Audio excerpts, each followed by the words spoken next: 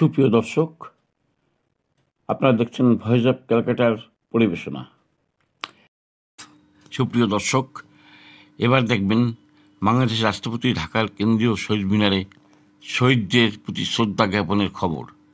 রাষ্ট্রপতি মোহাম্মদ শাহাবুদ্দিন চুপ্পুকে বিপ্লবী ছাত্র পরিষদের এক নেতা ঠেলবাজি, আর তা থোড়াই কেয়ার করেছেন রাষ্ট্রপতি। তিনি 21-এর প্রথম প্রহরেই শহীদ মিনারে গেছেন, রীতিমতো শহীদ মিনারে গিয়ে শহীদদের উদ্দেশ্যে শ্রদ্ধা জানিয়েছেন থ্রেডবাজিকে উপেক্ষা করে। কিন্তু রাষ্ট্রপতিকে সরাসরি আলটিমেটাম দেওয়ার এমন নজিরবিহীন দুঃসাহস বাংলাদেশে কেন বিশ্বের কোনো দেশেই দেখা যায়নি। বিপ্লবী ছাত্র পরিষদের ছাত্র নামধারী বুদ্ধি না সেটা কি জানেন? একটি সভ্য দেশের সাংবিধানিক প্রথম নাগরিককে শিষ্টাচার বহির্ভূত হুমকি দেওয়া যায় না। এটা দস্তুর মতো ক্রিমিনাল অফেন্স।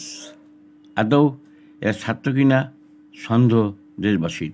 দেশপ্রেম থাকলে এইভাবে একটি দেশকে ধ্বংস করতে পারে না।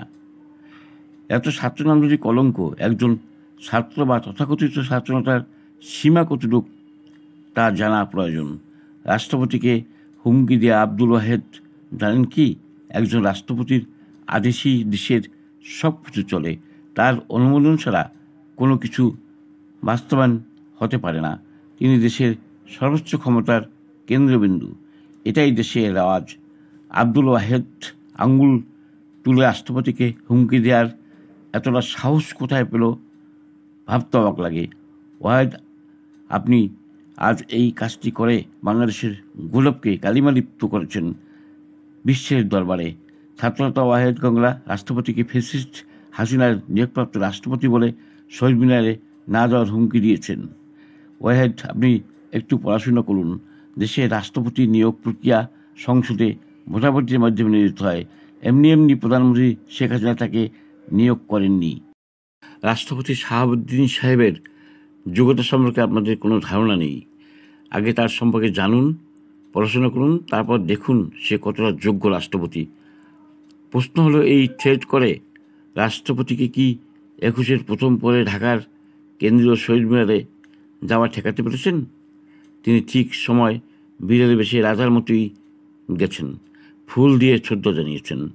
আপনারা গুটিভাগ ছাত্র অনতি দূরে লাফালাফি করেছেন মাত্র, তাতে রাজাদের কি আসে যায়?